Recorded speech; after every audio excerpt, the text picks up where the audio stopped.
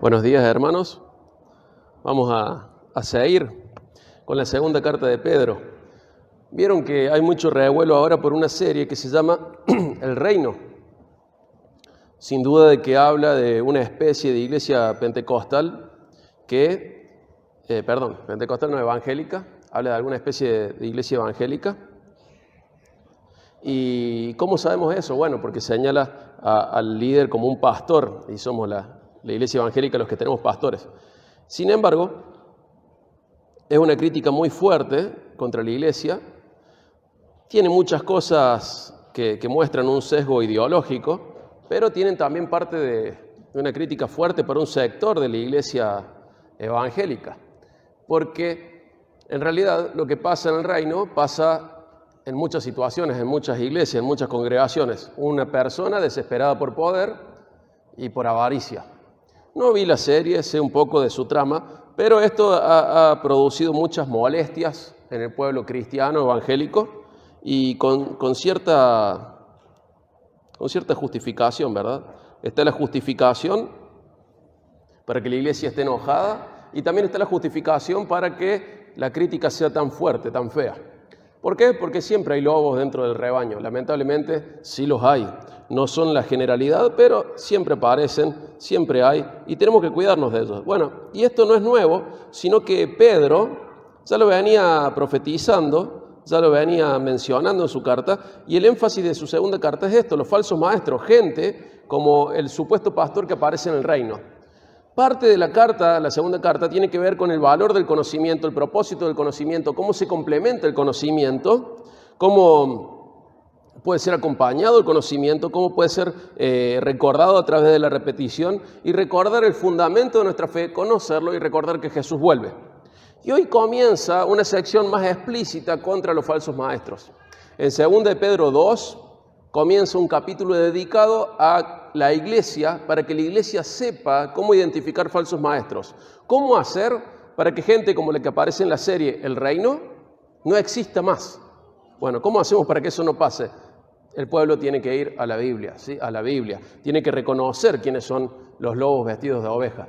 Tiene que aprender a discernir, tiene que aprender a diferenciar, como decía Spurgeon, aquello que es verdadero con lo que es casi verdadero. Parece, pero no es lo mismo. Vamos a leer 2 de Pedro 2, 1 al 3. Dice: pero se levantaron falsos profetas entre el pueblo, así como habrá también falsos maestros entre ustedes, los cuales encubiertamente introducirán herejías destructoras, negando incluso al Señor que los compró, trayendo sobre sí una destrucción repentina. Muchos seguirán su sensualidad, y por causa de ellos el camino de la verdad será blasfemado. En su avaricia los explotarán con palabras falsas. El juicio de ellos desde hace mucho tiempo no está ocioso, ni su perdición dormida. Acá comienza. Y la verdad que es difícil llegar a un punto en el cual podemos predicar esto. Tenemos que predicar todo el consejo de Dios, tenemos que predicar todo lo que la Biblia dice. Y bueno, esto es para la iglesia, ¿sí? Esto es para la iglesia. Dice que más adelante va a haber, ¿qué? Falsos maestros. Así como en el Antiguo Testamento hubo falsos profetas, en la iglesia va a haber falsos maestros. Y dice cómo son. Y vamos a desglosar un poquito más. ¿Cuál es el terreno del falso profeta en el Antiguo Testamento? ¿Es algún país perdido? ¿Dónde trabajan los falsos profetas en el Antiguo Testamento? En el pueblo de Dios, en Israel. ¿Y dónde van a trabajar los falsos maestros? En la iglesia. El terreno de ellos es la iglesia. Fíjense, dice, entre el pueblo, falsos profetas, pero dice después, habrá falsos maestros entre ustedes. Entonces vamos a ir armando como un identikit del falso maestro, ¿sí? Vamos a poner 2 puntos, terreno de acción. ¿Cuál es? La iglesia. El falso maestro trabaja en la iglesia. No trabaja afuera, trabaja adentro de lo que se constituye o se considera una iglesia. Trabaja adentro de la iglesia. ¿Cuál es la estrategia? Fíjense, dice, los cuales encubiertamente introducirán herejías destructoras. Entonces, ¿cuál es la estrategia? Trabajar de manera sutil. Terreno de acción, la iglesia. Estrategia, trabajar de manera sutil. ¿Cómo es la sutileza del falso maestro? Bueno, igual que la de su maestro, que es el diablo. Fíjate en 2 Corintios 11, 13 al 15, Si quieres buscarlo rápido, si no yo lo leo de una. 2 Corintios 11, 13 al 15 dice, porque los tales son falsos apóstoles. ¿Se dan cuenta de que seguimos repitiendo los mismos errores desde hace 2000 años? Son falsos apóstoles, obreros fraudulentos que se disfrazan como apóstoles de Cristo. Y no es de extrañar, pues aún Satanás se disfraza como ángel de luz. Por tanto, no es de sorprender que sus servidores también se disfracen como servidores de justicia, cuyo fin será conforme a sus obras. ¿Qué dice? Que el diablo se disfraza como un ángel de luz.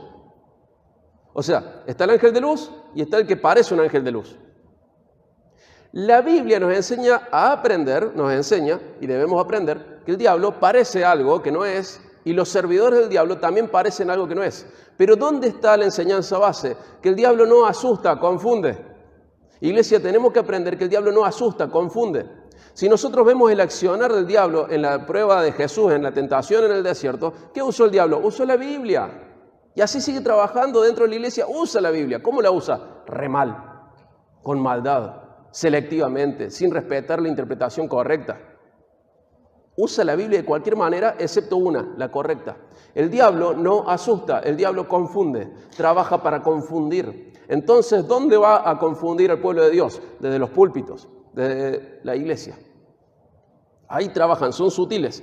Fíjate lo que dice Romanos 16, 17 al 18. Tenés ahí la mnemotecnia. 16, 17, 18.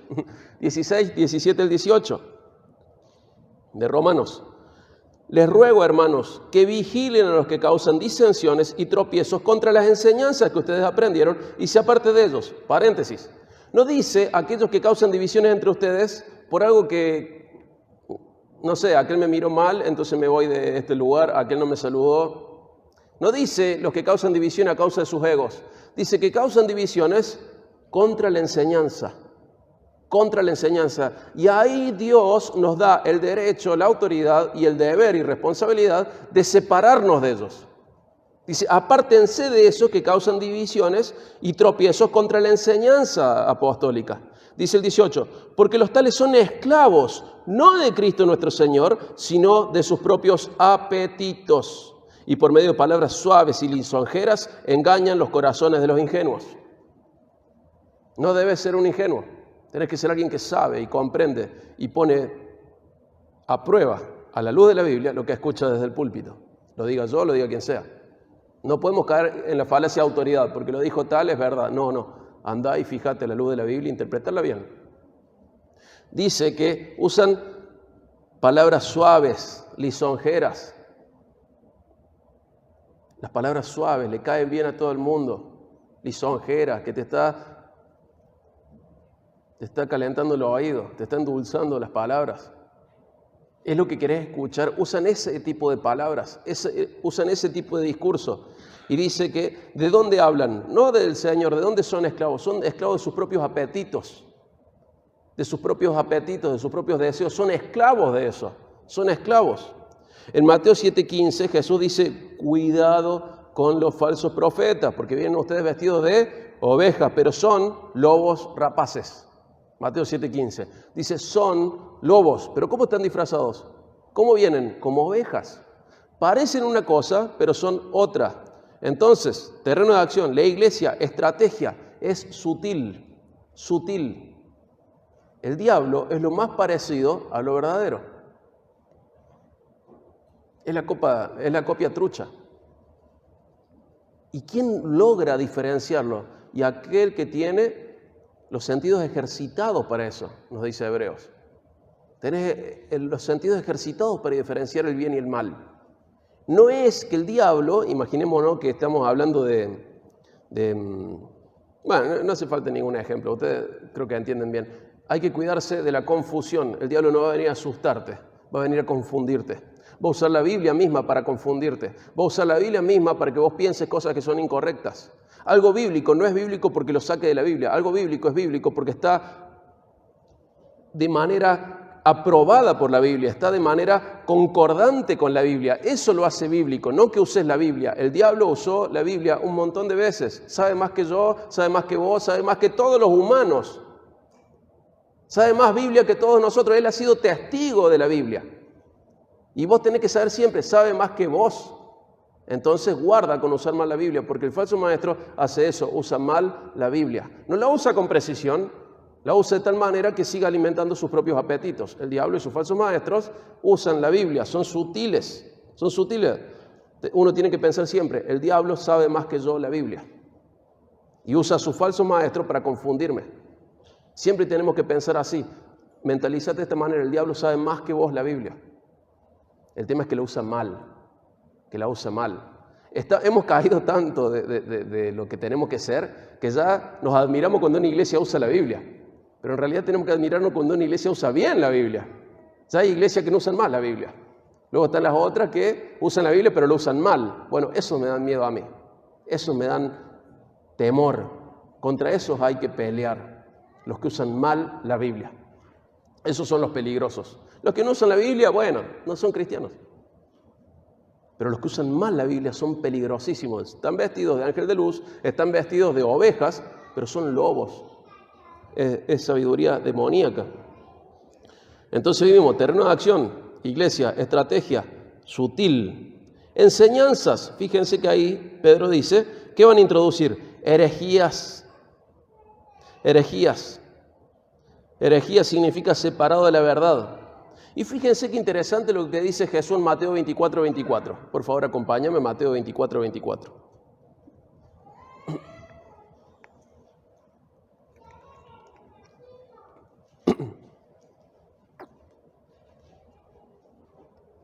¿Me acompaña la alergia estacional?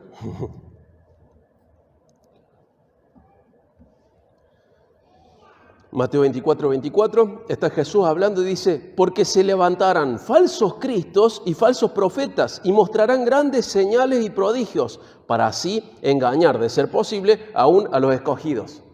¿Qué dice Jesús? No se maravillen por los milagros, eso no significa nada, si el diablo tiene un montón de poder. El tema no está, es milagroso, entonces es verdadero. No, el diablo tiene muchísimo poder, desde el principio lo ha tenido. ¿Se acuerdan cuando Moisés tira la vara de almendro al piso y se convierte en serpiente? ¿Qué hacen los brujos del faraón? De una manera misteriosísima, hacen lo mismo. Convierten sus varas en víboras. Fíjense el poder demoníaco. Fíjense el poder que puede tener el diablo. Tengo un amigo cuyo abuelo se sanó de cáncer y fue a una iglesia que tiene una palomita con un corazón que la envuelve, que para mí se llama Pague por sufrir. No lo otro. Y fue a esa iglesia y había una estatua de Goliat. Y le dijeron, hace 15 años, le dijeron, bueno, tenés diferentes piedras. Tenés la piedra de 5 pesos, de 10 pesos, de 20 pesos. Vos elegís la piedra que vos quieras, comprala, y si le pegan en la frente, vas a tener tu milagro. Y este hombre compró una piedra de 5 pesos, le pegó en la frente a una estatua de Goliat y se sanó de cáncer de próstata. Hay poder. Pero dice, son falsos Cristos y falsos profetas y engañan incluso a los escogidos. ¿Y qué tienen? Grandes señales y prodigios. No te dejes engañar por eso. No te dejes engañar por todo ese circo del mundo espiritual utilizado para engañarte. No te dejes engañar por eso. El diablo tiene poder para hacer señales, para hacer prodigios. ¿Cuál es la prueba? ¿Que Dios lo usa? No, ni siquiera eso es la prueba. La prueba es que Dios lo aprueba. ¿Y cómo sabemos si alguien es aprobado por Dios? Porque lo dice la Biblia, porque muestra si la persona es aprobable o no. La Biblia, no los milagros que usa, que hace, no las señales que esa persona hace, que puede ser el diablo que lo esté haciendo, puede ser Dios usándolo también y que sean milagros de Dios. Pero el tema no es ese. El tema es qué es lo que enseñan. No te dejes engañar porque incluso los milagros, como dice acá, los prodigios, las señales, son utilizados para engañar incluso a los escogidos. No busques algo que es usado por Dios, porque Dios usa todo. Eso es fácil de encontrar. Busca algo que sea aprobado por Dios, porque eso no es universal. Dios usa todo el universo para sus propósitos, pero no aprueba todo. Busca lo aprobable, busca tener una vida aprobada por Dios. Busca enseñanzas aprobadas por Dios. Busca un uso de la Biblia aprobado por Jesús. Jesús nos enseña cómo interpretar la Biblia. Usa un método que nosotros le decimos sistema hermenéutico, histórico, gramatical. Gramatical, histórico, literal. Tiene varias maneras de decirse. Pero Jesús lo usó y nos enseña, nos da el modelo de cómo interpretar la Biblia, teniendo en cuenta el contexto literario, teniendo en cuenta su gramática y teniendo en cuenta también el contexto histórico. Busca lo que sea probado por Dios. ¿Cómo te vas a dar cuenta de esto? Interpretando la Biblia de la manera en la que Jesús nos enseña. De esa manera te vas a dar cuenta. No te dejes engañar por cómo se usa, por cuánto una persona usa la Biblia o por los milagros y señales que hay en esa persona o a través de esa persona. Porque puede ser el diablo usándolo, puede ser Dios usándolo, pero eso no es el punto en discusión. El punto es si Dios está aprobando eso. Aprobando. Los falsos maestros son reprobados. Entonces sus enseñanzas son separaciones de la verdad, son herejías, son desprendimientos de la verdad, se alejan de la verdad, incluso cuando están acompañados de supuestos milagros. Terreno de acción, la iglesia, estrategia, es muy sutil. Enseñanzas, separaciones de la verdad. Consecuencias de la enseñanza, fíjate ahí lo que dice Pedro, dice herejías destructoras, o sea, traen destrucción.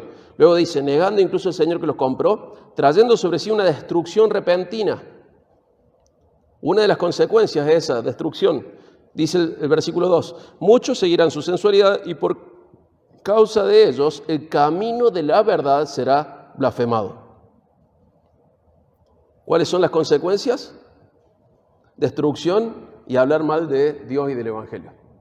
Ellos producen destrucción en sus oyentes y producen que el mundo hable mal del Evangelio, que hable mal de Cristo, que hable mal de Dios. Ellos producen esto. Fíjate cómo lo enseña Pablo en 2 de Timoteo 2, 16 al 18. 2 de Timoteo 2, 16 al 18.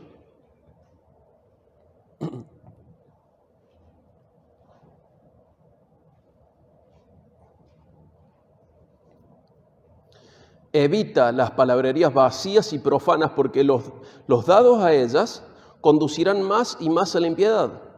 Y su palabra se extenderá como gangrena. Entre ellos están Himeneo y Fileto, que se han desviado de la verdad diciendo que la resurrección ya tuvo lugar, trastornando así la fe de algunos. Fíjense algo muy interesante. Dice que van a conducir más y más a la impiedad. O sea, en vez de ir a la santidad, vas a la impureza. Eso produce esto. Por otro lado, dice que se extiende como una gangrena en la iglesia. ¿Cómo es una gangrena? Una gangrena es algo que está muerto e infectado. Cuando, sobre todo antes, cada vez pasa menos, pero una persona cuando tiene diabetes y está descompensada, al tener muchas, lo vamos a decir muy bien criollo, muchas azúcares en las terminaciones de su cuerpo, generalmente donde hay circulación terminal, por ejemplo los pies, y al haber tanta azúcar son muy propensos ¿a qué? A las infecciones, pero una infección que llega a tal punto que mata esa parte. Entonces, ¿qué pasa con esa persona? Se cortan los dedos del pie, luego se corta el pie, luego se corta más arriba, y pasa, generalmente, en casos así, en los pies. Pero ¿qué pasa con la gangrena? ¿Yo la puedo revertir? ¿Qué tengo que hacer? Cortar. Hay que cortar eso. Hay que cortar. ¿Y cómo lo cortamos? ¿Con oración? No, con confrontación. La gente cambia con confrontación. ¿La oración es útil? Sí, sin duda que es útil. Pero no nos equivoquemos, Dios salva a través de la predicación, no a través de la oración. Dios santifica a través de la predicación. Es una herramienta, su herramienta número 1 quizás, la predicación, la confrontación, hablar de parte de Dios. Entonces fíjense qué interesante, porque dice que sus palabras se extienden como gangrena. Y fíjense que dice, ¿quiénes están ahí? Himeneo y Fileto. ¿Qué nos está diciendo más Dios a través de Pablo? Que hay que señalar con nombre y apellido a aquel que enseña estas cosas. No es de decir, bueno, pasa que no pasa nada. No, sí pasa y es importante. Y no importa quién sea, no importa si es famoso, no importa si tiene milagros y señales, no importa si su iglesia es la más grande del mundo, no importa nombre y apellido de los que son falsos maestros. Se los señala así. Y uno dice, no, pero no, que el Señor está enseñándonos esto para algo. Está enseñándonos a cuidar a la iglesia. Nosotros tenemos un concepto muy bajo de la santidad de Dios y muy terrenal de lo que es la iglesia. La iglesia es la esposa de Cristo. Todos los varones, si un hombre pasara al lado de su esposa y le tocara la cola, todos ustedes se agarrarían a trompadas o harían algo.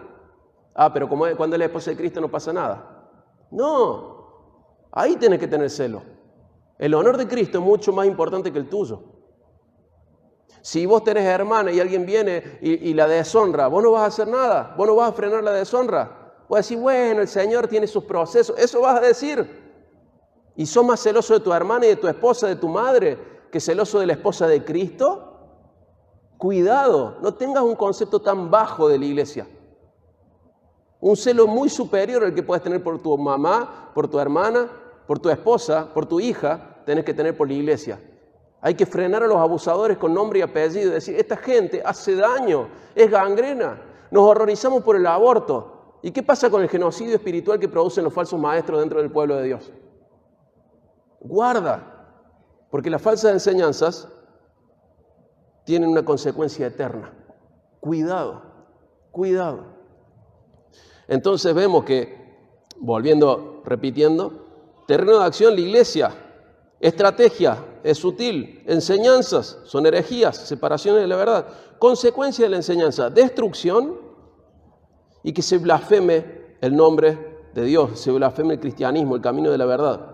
Características de la enseñanza, fíjense lo que decía ahí Pedro, dice que van a estar negando incluso el Señor y muchos seguirán su sensualidad. ¿Qué significa esto? Que son populares, muchos lo siguen. Muchos siguen este tipo de enseñanza, no son pocos. Y ahí está nuestra mente de nuevo retorcida diciendo, bueno, pero si son tantos, ¿por qué deben tener razón? De ninguna manera, de ninguna manera. Son muchos los que siguen esto. Dentro del pueblo son muchos los que siguen a los falsos maestros, no son pocos. Es más, quizás son la mayoría. Porque este camino es muy angosto, son muchos. O sea, son populares y niegan al Señor.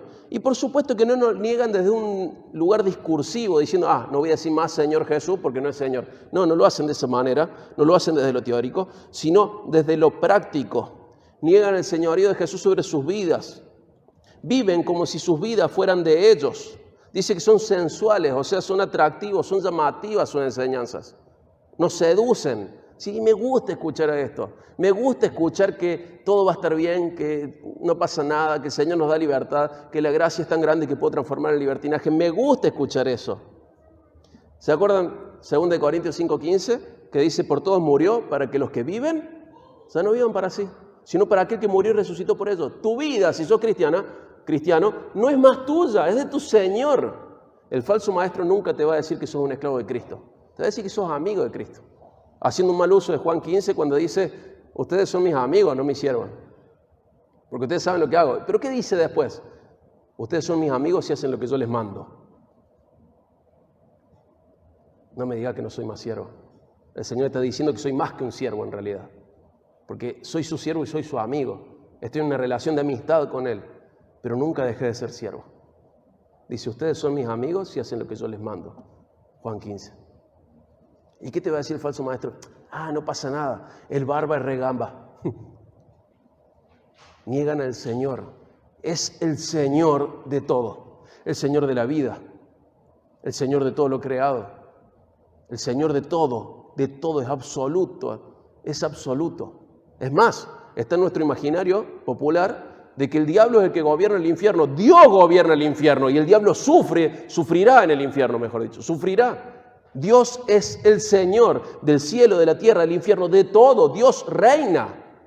Y ellos niegan este señorío. Niegan el señorío de Cristo. No diciendo no es más Señor, sino diciendo, viví como te parezca, o saca el campeón que hay en vos, o qué más.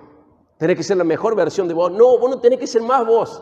Vos tenés que menguar para que Cristo crezca. Vos tenés que parecerte más a Jesús. Tenés que renunciar a lo que sos para ser lo que debes ser. Tenés que ser como Jesús. Tenés que renunciar a vos. Vos estás crucificado y ya no vive Cristo en vos. Ya no vivís vos, sino que vive Cristo en vos, como dice Pablo en Gálatas. Vive Cristo en vos. ¿Cómo es eso? Que vos te vas pareciendo cada día un poquito más a Jesús. Y para eso tenés que renunciar a tus apetitos carnales, que no son siempre pecaminosos, pero no son celestiales. Tenés que aprender a renunciar, a ver la vida de otra manera, a ver la economía de otra manera, a ver tu agenda de otra manera, a ver tu trabajo de otra manera, a ver tus gustos, tus deleites, tus hobbies, tus pasiones, tu familia, tu matrimonio, hasta tu sexualidad, todo de otra manera. Es Señor y Él ordena y manda. Ordena cómo vivir, porque somos su pueblo, somos sus esclavos. ¿Y sabes qué? no me da vergüenza decir que soy esclavo de Cristo. ¿Por qué? Porque no hay esclavo de mí mismo. O soy esclavo de mi pecado, que no es lo mismo, o soy esclavo del diablo, que es casi lo mismo que ser esclavo de mi pecado. Soy esclavo de Cristo. Y la Biblia usa, vieron que Reina Valera dice siervo, siervo, siervo en el Nuevo Testamento, en griego dice esclavo. Es para que no suene tan fuerte en la época en donde se estaba tratando, porque los cristianos lo hicimos, tratando de erradicar la esclavitud. Entonces se sacó la palabra esclavo y se puso siervo. Pero si ven traducciones más modernas van a ver que dice esclavo. Porque es una mejor traducción. Pablo esclavo de Cristo, Pedro esclavo de Cristo, Santiago esclavo de Cristo. Somos esclavos de Cristo y eso es un privilegio, un honor. Pero no soy más mi dueño. Soy propiedad del Señor que me salvó. Y estos falsos maestros niegan esto. ¿Cómo lo niegan? Fíjate Judas 1:4, que está ahí nomás un par de páginas detrás de Pedro, nos dice cómo es negar al señorío. Judas y Segunda de Pedro son libros paralelos.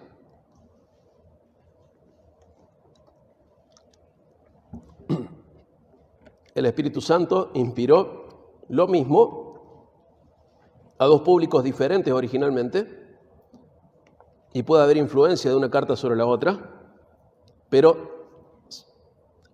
se expanden en algunos puntos. Judas 4 dice, pues algunos hombres se han infiltrado encubiertamente, los cuales desde hace mucho antes estaban marcados para esta condenación, impíos. Y te recuerdo que impío significa simplemente impuro, que convierten la gracia de nuestro Dios en libertinaje y niegan a nuestro único soberano Señor Jesucristo. ¿Qué hacen ellos? ¿Cómo se niega el señorío? Convirtiendo la gracia de Dios en libertinaje. El Señor perdona. Pablo tuvo un monólogo sobre esto en Gálatas, ¿se acuerdan? O en Romanos. Ahora se me cruzaron los libros. Romanos. ¿Qué vamos a decir? ¿Que porque abunda la gracia? Bueno, pequemos todo lo que queremos, total. Si cuando abundó el pecado, sobreabundó la gracia. Entonces pequemos como queramos, así recibimos más gracia. No, de ninguna manera, dice Pablo. De ninguna manera. Esto es una característica del falso maestro. Convierte la gracia de Dios en libertinaje. ¿Sabe qué, hermanito? Por ahí pensás que libertinaje es ir a las prostitutas, drogarte con todo y nada más. O algo así, qué sé yo.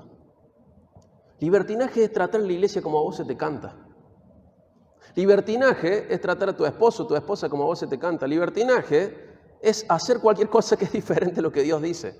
Es tomarte atribuciones sobre lo que Dios dice y decir, no, yo no voy a hacer eso, voy a hacer esto otro como a mí me parece. Eso es libertinaje. Somos unos libertinos. Voy a la iglesia cuando quiero, como quiero, tengo mis propias especulaciones, mis propios pensamientos, la trato a la iglesia como yo quiero, trato la Biblia como yo quiero, trato a mi esposa como yo quiero, trato a mis hijos como yo quiero. Eso es libertinaje. Porque el que no vive en libertinaje vive como Dios quiere. Y Dios te dice cómo tenés que tratar a la iglesia, cuál tiene que ser tu relación con ella. Dios dice cómo tenés que tratar a tus hermanos en Cristo. Dios dice cómo tenemos que tratar a nuestras esposas, a nuestros esposos, a nuestros hijos. Dios da orden al matrimonio, por ejemplo, le da un orden.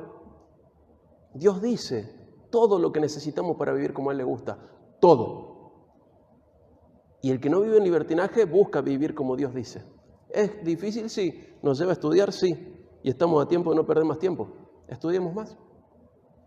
Y estamos todos en falta, todos somos libertinos. El tema es que unos promueven el libertinaje y otros estamos arrepentidos y estamos peleando contra nuestro corazón libertino. Y queremos vivir como a Dios le gusta. Esa es la diferencia. Todos somos pecadores. La diferencia es que hay algunos que están arrepentidos y otros que se jactan de su pecado. Tenemos que cambiar. Tenemos que dejarnos cambiar.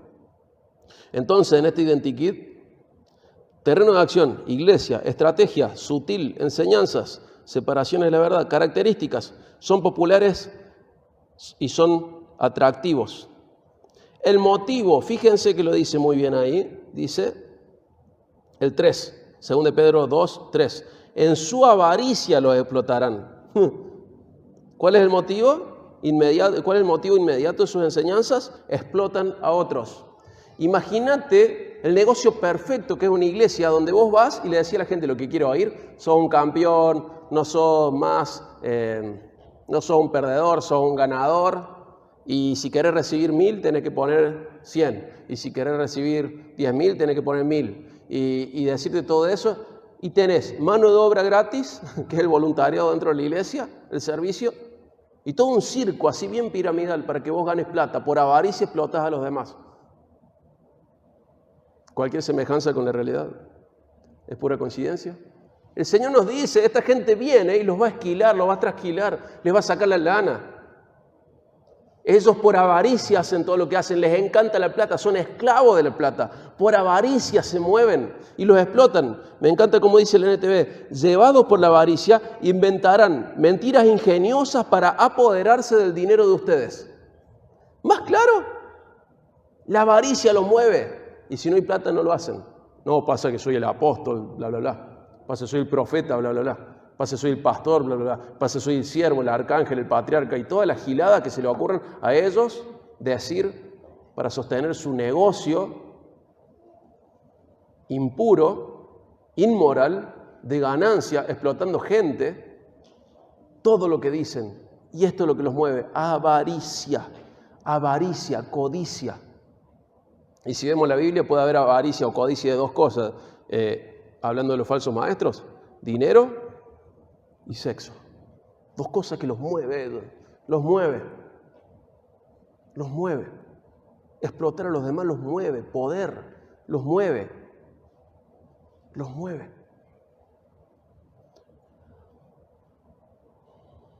Terreno de acción, iglesia, estrategia, sutil, enseñanzas, separaciones de la verdad, consecuencias, destrucción y que se hable mal de Dios. Características, son populares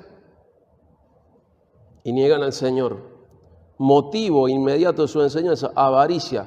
Fuente de sus enseñanzas. ¿Cuál será la fuente de sus enseñanzas? Básicamente hay dos. Tres podemos decir, pero vamos a hablar de dos. Una la leímos la última vez que hablamos de Pedro. Mencionamos Ezequiel 13:3, donde dice que los falsos profetas hablan de su propio espíritu. Ezequiel 13:3. Hablan de lo que ellos tienen adentro, de su propio espíritu. Incluso confunden su espíritu con el de Dios. Como dice John Piper, tus sentimientos no son Dios. Y no todo el mundo sabe distinguir eso. Tu espíritu es una cosa, el Espíritu Santo es otra. ¿Sabes cómo podés comprobar si fue el Espíritu Santo? Porque es acorde a la verdad, porque es acorde a la Biblia. Tu espíritu hace la que se le canta, tu espíritu forma parte de tu carne. No de la carne material, sino de tu carnalidad, de lo que cayó, de lo caído que sos. Tus pensamientos, tu corazón, tu voluntad, es caída. Y hay que diferenciar bien tu espíritu del Espíritu Santo. Algo muy enfático del Espíritu Santo es que siempre va a buscar tu santidad, tu consagración a Dios, a que vos te alejes del pecado, que seas más leal al pacto con Dios, que tengas una moral correcta. La santidad es algo muy característico del Espíritu Santo. Entonces nunca va a ir en contra de su espíritu, de la santidad. Eso es un punto. La otra es que nunca va a ir en contra de la Biblia. Dios no es como nosotros, que decimos una cosa y luego nos arrepentimos. No es así Dios. Dios en ese sentido no se arrepiente. En Dios no hay variación. Lo que dijo en la Biblia lo sigue diciendo. Entonces yo puedo encontrarme con la Biblia y decir, esto es lo que el Espíritu Santo inspiró y a la luz de esto tengo que andar. No es un Dios bipolar o cambiante, o que tiene sus días una vez al mes, entonces hoy se despertó mal Dios. No es que Dios viene cansado del trabajo y trata mal a su siervo. No, Dios es claro, su carácter es perfecto, sin variación, es constante, no es cambiante, es constante. Y a la luz de la Biblia podemos aprender cómo es Dios. Y el Espíritu Santo habla en nuestro corazón. ¿Y qué nos dice? Cosas que nos llevan a la santidad. ¿A dónde nos guía? A lo que nos lleva a la santidad y a lo que está acorde a la Biblia. ¿De verdad crees que necesitas más que lo que la Biblia dice? Si crees eso es porque no conoces la Biblia. Ahí está todo y puedes comprobar ahí cuándo es tu espíritu hablando y cuándo es el Espíritu Santo. Y por otro lado, fíjense en 1 Juan 4:5, que ahí nomás está cerquita. 1 Juan 4:5, otra cosa que es fuente de sus enseñanzas.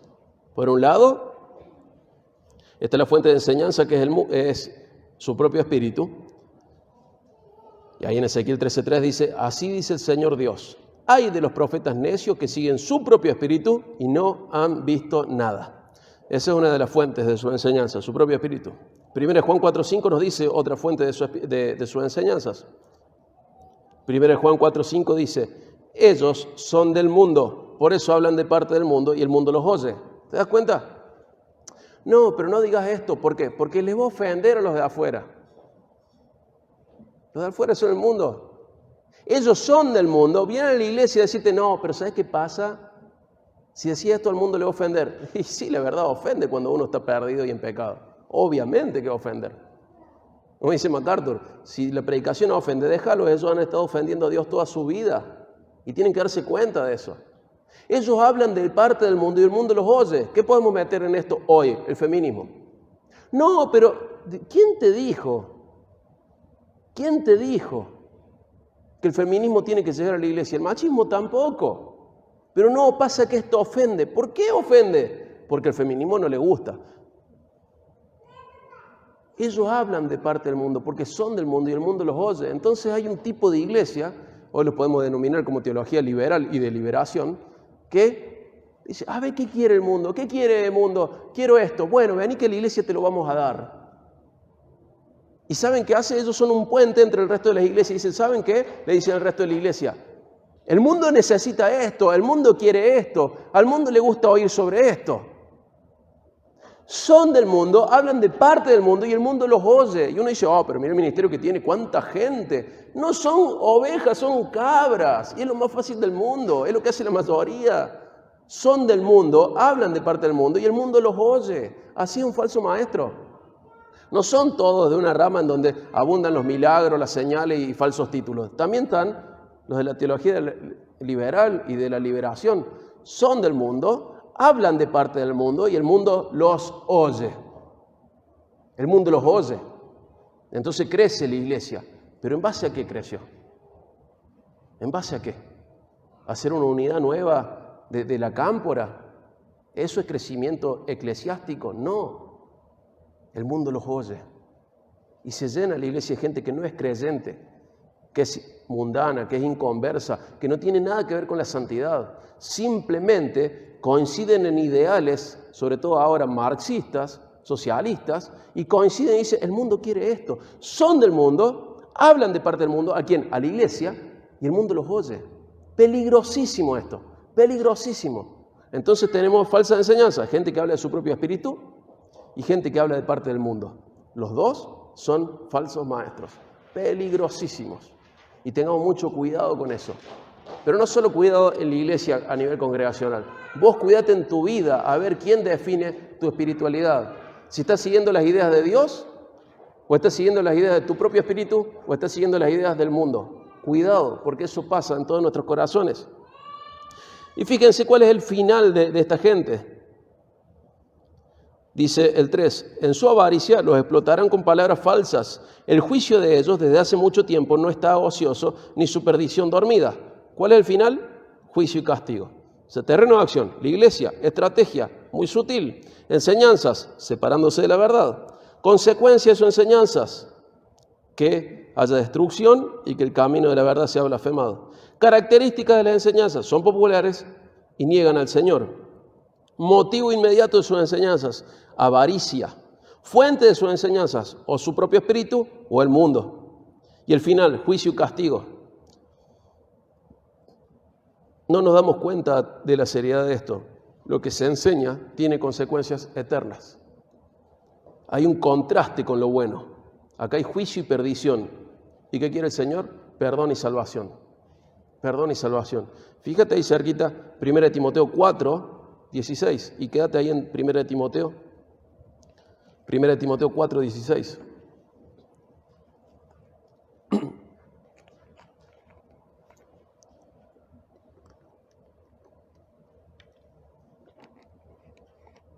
Le dice Dios a Timoteo a través de Pablo: ten cuidado de ti mismo y de la enseñanza. Persevera en estas cosas, porque haciéndolo asegurarás la salvación tanto para ti mismo como para los que te escuchan.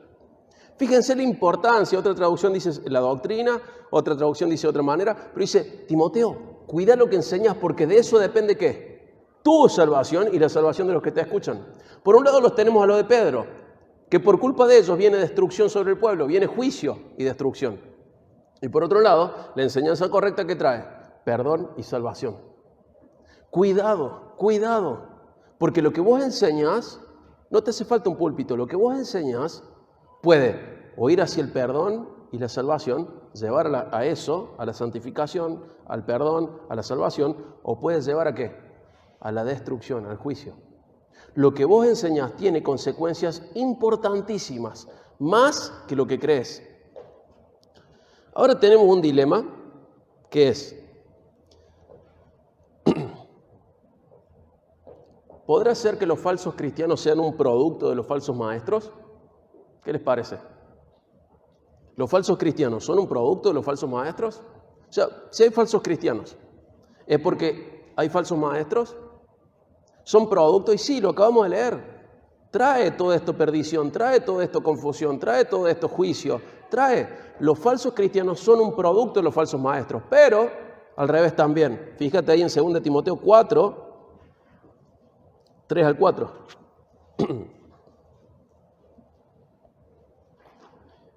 Dice, 2 Timoteo 4, 3 al 4, porque vendrá tiempo cuando no soportarán la sana doctrina, sino que teniendo comezón de oídos, conforme a sus propios deseos, acumularán para sí maestros y apartarán sus oídos de la verdad y se volverán a los mitos. Fíjense qué interesante. ¿Viste cuando tenés un bichito en la oreja?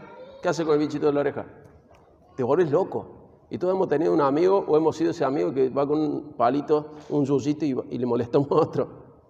Nos pica, nos molesta. No dejamos que una mosca, un mosquito, un bichito se quede acá en la oreja. Nos pica, nos molesta, nos sacudimos. Hay gente que la predicación bíblica le produce lo mismo. Sácamelo. Deja de hinchar con eso. Deja de molestar. Irrita la predicación bíblica para el que no es creyente. Aunque vaya a la iglesia, aunque se llame evangélico, se llame como vos quieras, le molesta la Biblia. Aunque sea pastor, aunque se haga llamar profeta, apóstol, patriarca o lo que se te ocurra, se le ocurra a esa persona. Le molesta la Biblia. Salí de ahí. ¿Dan fe de esto?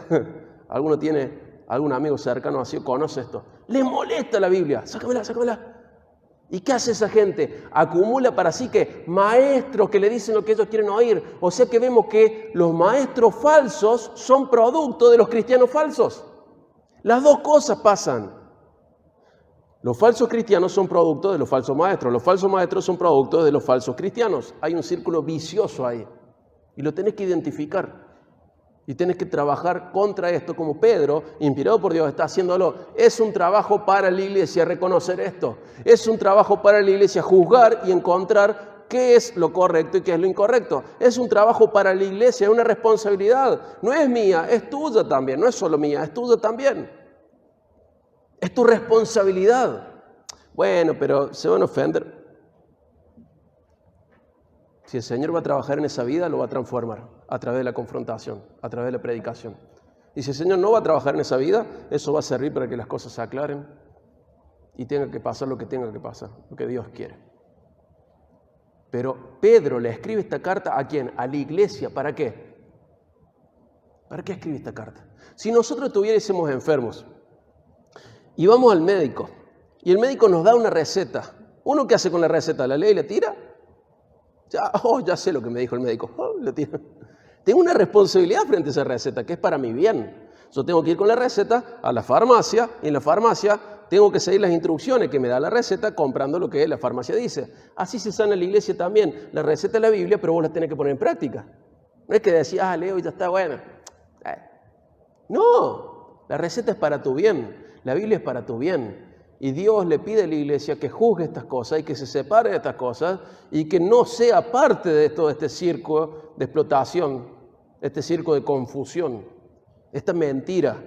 Esta carta está escrita para la iglesia.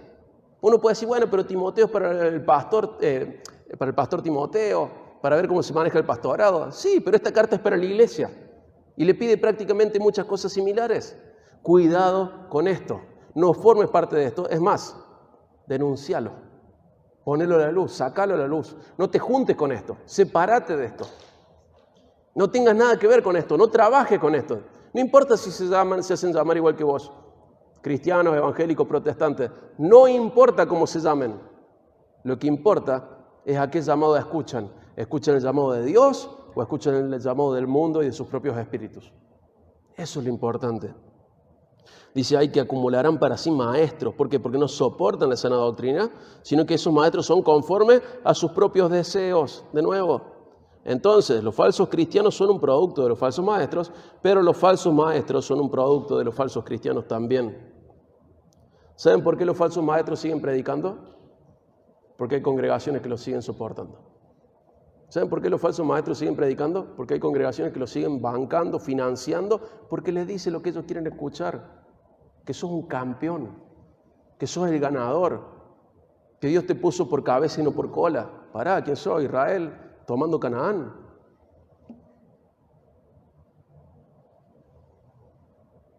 Que Dios cuida de una manera, o sea, se apropian de cosas sin sentido, usan la Biblia de manera como un mantra. ¿Saben lo que es un mantra? Un mantra es una práctica pagana en donde uno repite una frase hasta que se la cree y eso le trae algún tipo de paz o de tranquilidad.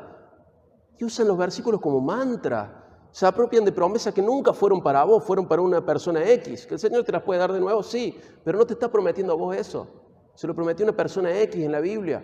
Se lo prometió a lo mejor al templo de Jerusalén. ¿Quién sos? No está hablando de vos, está hablando de alguien ahí. No te hagas cargo de la Biblia así nomás. Esto me gusta, esto no me gusta. ¿Sabes qué es para vos? Si estás vivo en Cristo, no te pertenece más a vos. Pertenece a aquel que murió y resucitó por vos. Eso es para vos. Pero no te gusta, no lo va a pegar en la heladera, ¿no? No lo vas a marcar con fibrón. Vas a marcar, yo sé los planes de paz que tengo. ¿Quién sos? ¿Judá volviendo del cautiverio en Babilonia? ¿Qué marca lo que te gusta? Eso es una práctica pagana, eso se llama mantra. Tomar frase y decir, esto es para mí. ¿Quién te dijo que es para vos? Desubicado, desubicada. Cuidado con esas cosas, usemos bien la palabra de verdad. Porque Dios nos pide, en 2 Timoteo, que nos presentemos ante Él como un obrero probado. Y que nos presentemos con diligencia, que utiliza con precisión la palabra de la verdad. Iglesia, tenemos una responsabilidad re grande. No permitamos que esto nos pase. Pero ¿dónde comienza esto? No comienza en el púlpito, comienza en tu devocional. Hacé bien el devocional. No uses cualquier devocional, no hagas de cualquier manera el devocional. Interpreta bien la Biblia. Si te cuesta, bueno, arranca por una carta universal. Pedro. Anda una carta más específica, anda Romanos. Si te cuesta hacer un buen devocional, arranca por el Nuevo Testamento, así no te confundís tanto y vas adquiriendo capacidad de interpretar el resto de la Biblia. El Antiguo Testamento prefigura y profetiza el Nuevo Testamento y lo valida de alguna manera, pero el Nuevo Testamento nos da los lentes por el cual podemos ver correctamente el Antiguo Testamento. Nos enseña la hermenéutica de Cristo, nos enseña cómo Él interpretaba, nos enseña muchas cosas. Entonces, cuidado. No es tan sencillo como parece, tampoco es imposible, solo exige dedicación. ¿Cómo sobrevivir en una época en donde está de moda filosófica rechazar las verdades absolutas? Yendo a la Biblia. Hermano, hermana, la existencia de verdades absolutas forma parte del cristianismo verdadero. Tenemos verdades absolutas. Si no, somos cualquier otra cosa. Hay verdades absolutas. Forma parte del cristianismo verdadero, saber que hay verdades absolutas. ¿Es que está de moda? Pensar que no hay verdades absolutas. Y como decíamos el otro domingo, podemos decir, bueno, es tu verdad, mi verdad. ¿Sabes quién valora tampoco la verdad? Aquel que tiene la verdad, supuesta verdad, nacida de su propio corazón. Entonces dice, bueno, como yo hablo de mi corazón, vos debes hablar del tuyo, entonces ninguno de los dos tiene la verdad, es tu verdad, mi verdad, no calienta. No, hay verdades. Y la verdad se adueña de nosotros, no es nuestra, sino que nosotros somos de ella. Hay verdades absolutas. No hay muchas verdades, no hay muchas interpretaciones de la Biblia. Hay una correcta. Muchas aplicaciones, muchas observaciones, pero una interpretación correcta. La que la Biblia concuerda con sí misma. Toda. ¿Cuesta? Sí, cuesta. Bueno, pero el Señor lo puso a nuestra disposición. Para cerrar, acompáñame a Juan 10, 10 al 15. Para cerrar. Y vamos a terminar con este pasaje.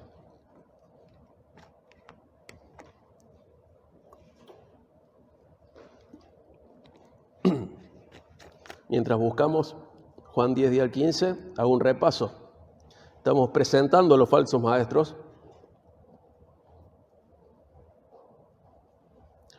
Vemos que tienen un terreno de acción, la iglesia, una estrategia, ser sutiles, una enseñanza, separarse de la verdad.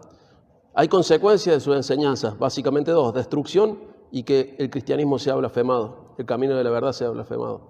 Características de esas enseñanzas, son populares y niegan el señorío de Cristo. El modo el motivo inmediato de esas enseñanzas, avaricia. La fuente de esas enseñanzas, de su propio espíritu o del mundo. El final que va a tener todo eso, juicio y castigo. De tal manera que comprendemos que los falsos cristianos son un producto de los falsos maestros, pero los falsos maestros son un producto de los falsos cristianos.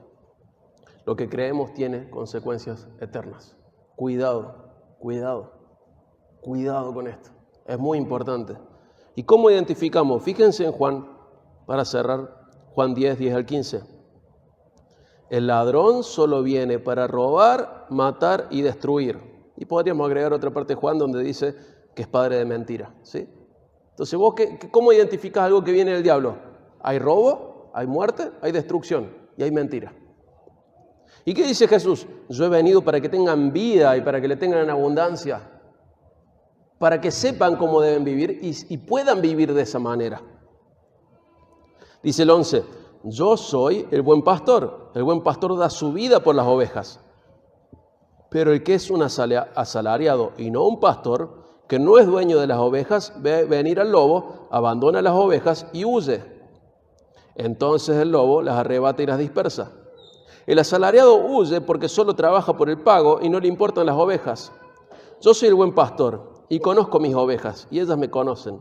Igual que el Padre me conoce y yo conozco al Padre y doy mi vida por las ovejas. Acá vemos dos, ¿no? Vemos por un lado el asalariado, que viene, tenemos al ladrón, al asalariado y al buen pastor, ¿sí? El ladrón, ¿qué hace? Viene para robar, para matar, para destruir y mentira también. Y aparece otra figura que es el asalariado. Es un pastor que no es un pastor de vocación, es pastor porque le gusta la plata. Pastoreza oveja porque le gusta la plata. Entonces, cuando hay plata, él está. Pero si viene el lobo, él considera que el pago que recibe no es suficiente como para enfrentar al lobo. Y dice, bueno, me voy. Ya está, me voy. Pero el buen pastor, ¿qué hace? Da su vida por las ovejas, por su propia voluntad. Acá lo que te hago ver, o que quiero señalarte es, ¿a quién imitas? Porque el asalariado, acá estamos hablando de alguien que cobraba por pastorear, pero hay gente que recibe algún tipo de beneficio en la iglesia y puede ser un grupo social, comodidad, satisfacción emocional para no sentirse solo. Entonces yo recibo esto y cuando veo un daño a la iglesia, como no quiero dejar de recibir mi comodidad social, mi satisfacción emocional, no digo nada y dejo que las ovejas sufran. Cuidado, ¿a quién estás imitando? ¿Al ladrón, al asalariado o al buen pastor? El buen pastor es Cristo y Él dio su vida voluntariamente por las ovejas, que es la iglesia. Eso es lo que tiene que hacer cualquier cristiano maduro, dar su vida por el resto de las ovejas. Cuidarlas, protegerlas, alimentarlas. Tiene que estar ahí. No es activismo, es amar a la iglesia como Cristo la amó, dando su vida. ¿A quién estamos imitando? Mucha gente es como el asalariado, ni hablar de lo que son como el ladrón, pero como el asalariado, porque tiene algo cambio, permanece. Cuando no tiene eso que le gusta, desaparece. Cuando es incómoda la situación, desaparece. ¿A quién te pareces? ¿Al ladrón, al asalariado o al buen pastor? El buen pastor salió a buscarte. Y no salió a buscarte como a veces yo busco algo y no lo encuentro. Él salió a buscarte y te encontró. Y vos estabas perdido por tu propia voluntad. Y Él te buscó, pero no te buscó potencialmente, te encontró y te cargó sobre sus hombros mientras vos estabas rezongando porque vos querías seguir en tu perdición. Él te rescató, luego de encontrarte, te cargó sobre sus hombros y te arrastró hacia el redil. Imitemos al buen pastor. No metamos cabras a la iglesia, busquemos ovejas que están perdidas, le imitemos. Y dice que lo hizo con gozo. Es un garrón meterse al monte a buscar una oveja perdida que debe estar entre las espinas, entre las malezas, tener que caminar, pasar por las piedras, los ríos, ver dónde está. Es difícil dedicarse a eso, es molesto, pero él con gozo la sube sobre sus hombros y la carga. Eso nos dice la parábola. El buen pastor da su vida por sus ovejas y a él tenemos que imitar, aguantarnos las espinas, aguantarnos los montes, los ríos, pero buscar las ovejas y traerlas con gozo al redil y que crezcan y que puedan alimentarse del buen pastor Cristo y saber que Él puso su vida por vos. No la arriesgó, puso su vida por vos. ¿Por qué? Porque acá vemos el amor de Dios, que Dios te ama aún siendo pecador y por eso Cristo murió por vos. Y Él ocupó tu lugar frente al juicio de Dios. ¿De quién te salvó Cristo? ¿Del diablo? Te salvó de Dios mismo, te salvó de sí mismo. Cristo, juez de todo, dio su vida por vos. Siendo el juez, ocupó el lugar del culpable. Dio su vida por vos y te salvó y te ama. Y este es un camino de fe y de arrepentimiento, de salvación, de perdón.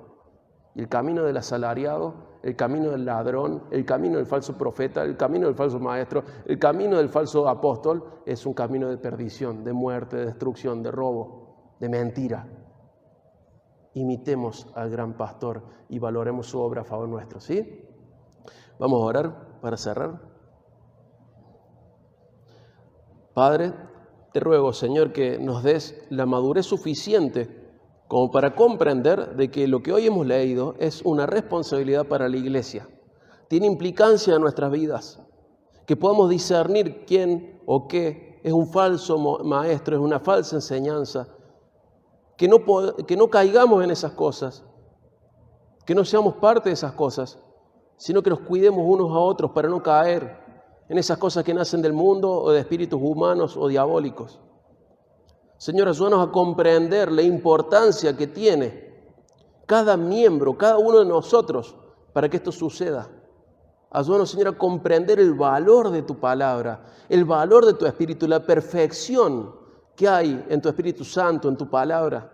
Ayúdanos a valorarlo, Padre, para que no seamos presa de nadie y para que tampoco seamos lobos.